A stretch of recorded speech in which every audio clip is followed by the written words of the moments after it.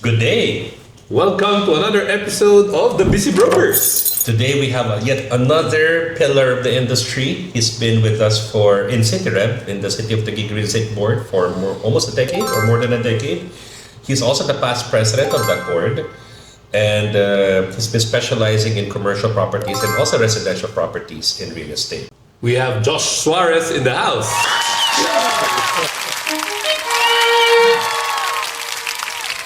Yes, sir. So, Mr. President, as I call you always, how did you get into commercial real estate? Doon ka ba nagsimula or nag-residential ka rin ba? How did it start? Okay, I started out as as a residential broker as well. I even joined several companies, developers, and then to learn the ropes, the industry, so to speak. And then I think leading to commercial properties, a byproduct, if I may say, of the service that I rendered to my clients. Because there's a saying, I believe in this saying that if you're entrusted with small things and to take care of that well, more opportunities will definitely come in. So start ako as residential and eventually, doing practically everything for my clients. I mean, I was like a go-to person by my clients, even beyond real estate. So it's basically based on service, based on handling their pain points, and basically also parang, trying to service them practically in all things. And then that's where you gain their trust, their confidence, and eventually Building that relationship si in a Josh way. na parang ganito, and eventually, okay, I have bigger tickets, requirements of commercial, industrial, and warehouses. That opened the door for me. Can you tell us more about that big break, that aha opportunity? moment, yeah. Okay. It started with a ground floor unit in Ortiga Center. Okay. Way back 20 years ago, transactions quite medyo malaki na siya, if I may say, no? Malaki na siya. And then after that, sabi ko, I think this is an opportunity, the commercial properties, and eventually that led to another warehouse. And then sabi ko, that time. Pero hindi naman siya ganun ka-regular, okay? Yes, Just to okay. qualify it, that it's not like every month. Probably every 6 months. But still that time for me, I chose that direction simply because I'm being referred na to several clients who practically the requirements are commercial or industrial properties. Yeah. Galing daw, di ba? So, being in the industry, in the commercial and industrial industry, ano yung mga insights na pwede mo i-share? Okay. I think you have to understand first that it starts with the right value, the Okay. right understanding that in anything that you do, hindi naman siya yung tipong you will look for that, commercial, industrial, or commercial. It's basically, again, sorry, but I have to go back again to the basic, the universal principle in servicing your clients. Yes. It's really taking care of your clients. When you take care of them, when you try to understand them, you try to do your homework, of course, you have to be diligent, okay? You have to do your research. Yes. And you have to match their requirements. Opportunities again will come. Integrity. Integrity, definitely. Yes. Okay. What are the trends? What kind of trends do you see now in this? In Siguro your I'll market? just speak on behalf of yung experience ko now. No? I have several clients na parang they're looking for expansion for the mga warehouses, industrial parks, manufacturing sites nila. And again, these clients are basically, nakakatawa. I'd like to share, parang just to share my story. I have this one big client now that I'm working on na started out as like I was introduced by the sibling na can you join me to check this property in I think that's in Anilao. And my friend bought the property not from me. I was just helping out, checking the documents, the location and all. Madami tayong Only to ganyan. find out that sibling of his actually ando dun siya. Tapos all yan, nagkakilala and all. Before we parted ways, sabi ko, Josh, do you also handle warehouse or industrial properties? Sabi ko, yes, sir. And again, the rest is history. Ganun lang siya. It's basically service and keeping your name, keeping your integrity, and of course, doing your part as well as a broker. But Josh, do you have a particular favorite geographical, area na kino-concentrate mo That's Metro Manila and South area. And South. Kasi of course, simple logic. You have the ports, the airports, Batangas and Manila. So you have to cater for that market actually. Distribution and all. Dun lang kasi talaga siya. Sa dalawa, anong mas magandang ipaupa? Office or let's say a warehouse property? Well, I haven't really gone into the leasing kasi talaga. It's practically 100% it's they Sale. buy sale talaga. So Okay. yeah. Leasing is that much. Okay. Magandang sale kasi malaki ang kita sa That's sale. true. Oo naman. No, totoo yan. But siguro, just to give information sa ating mga viewers, no? Pag mga office kasi, napansin ko long term, especially if the office is bare, it's malaki, the tenant, they tend to rent it for like 5 years, ganyan. I think it's the same thing also for Actually, same The is true warehouses. with the warehouses, Tama ba? industrial parks. Long-term din sila because it's difficult for, let's say, for the machineries, even the permits, the workers, to move them from one area to another area. So same principle pa rin siya. Okay. Yeah. Long-term. So ano yung key differences when dealing with residential and industrial properties? Okay, in commercial and industrial, you have to be patient. More patient at that. Okay. Long gestation talaga siya. I have to tell the audience na parang you have to be ready financially, emotionally, even mentally because in residential like in condo, I used to handle mga 5, 10, 20, yeah. 50.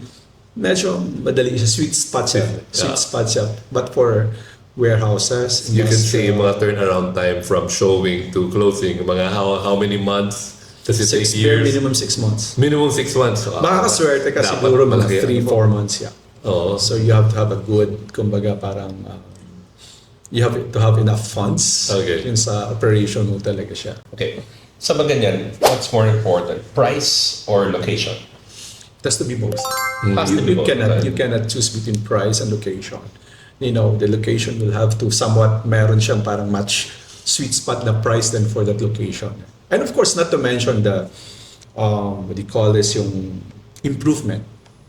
Diba? So if it's like in a good condition, or something like that, ilang taon na ba yan? So kailangan you have to match it. Do you notice a shift of industries moving out of Metro Manila or are they still preferring Metro That's a good Manila? question, yeah. Slowly they're moving out. One, Okay. because it's the local governments right now are they're parang given the direction to somehow Parang nire-rezone nila. Nire-rezone na nila. And eventually kasi this mga commercial properties sa Metro Manila, they're being transformed into what? Cities. Yeah. Diba? Commercial and residential. Mga, yeah. Bro, magaling ka dito eh. You're good in building relationships. But how do let's say, newbie brokers start in building that kind of a relationship with their clients? Paano ka magsimula? How did you do that with your To be clients? honest, it starts with yourself. You know, Okay. having the right values, you know. But I think it starts with, having the right values and also parang, the golden rule.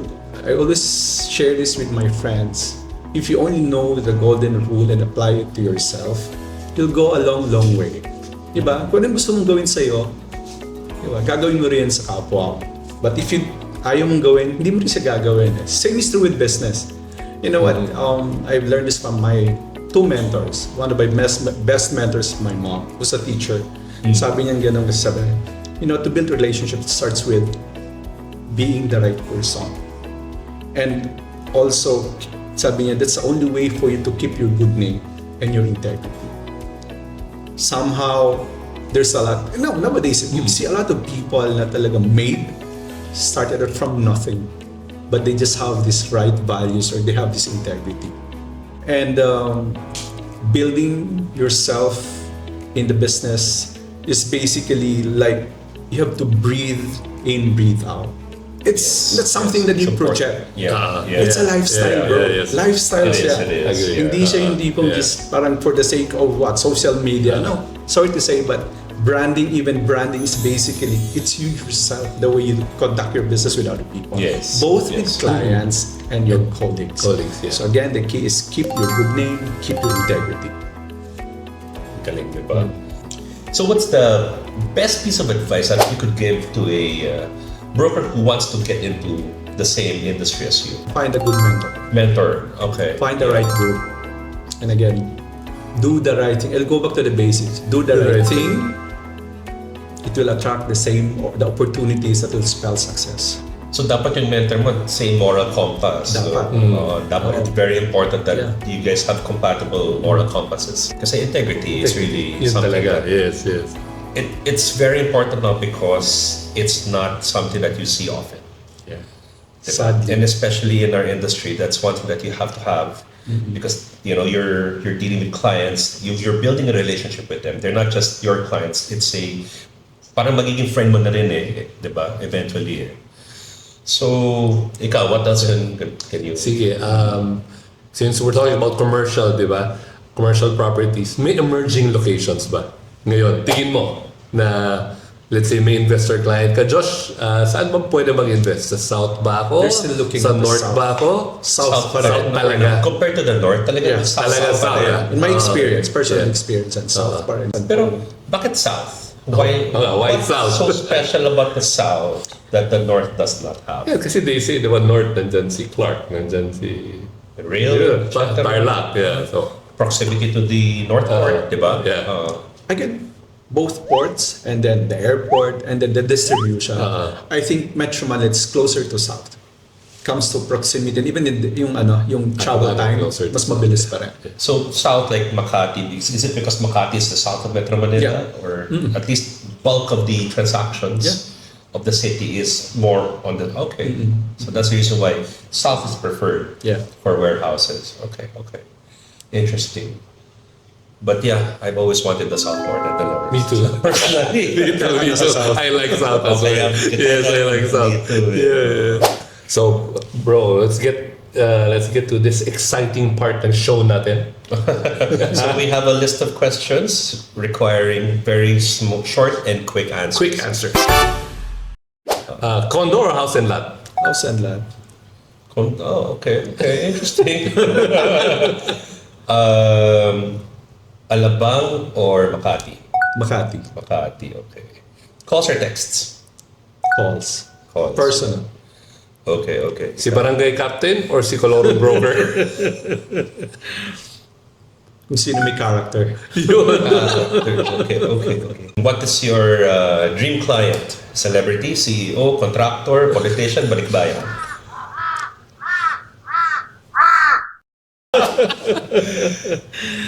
Well, a businessman. Businessman. Okay, CEO and clean money. Yeah. Yes. Do you have any social media outlets that you'd like to advertise? Yeah. Joshua Suarez or AsiaManilaPrimeProperties.com. Okay, magkakaroon na rin siya ng social media outlets soon, Yes, di ba? important talaga, sir, no? Yeah. So, Mr. President, thank you for joining us in our show today. So don't forget to like and subscribe to Busy Brokers PH podcast, and we'll see you in the next episode. Thank you. Yes.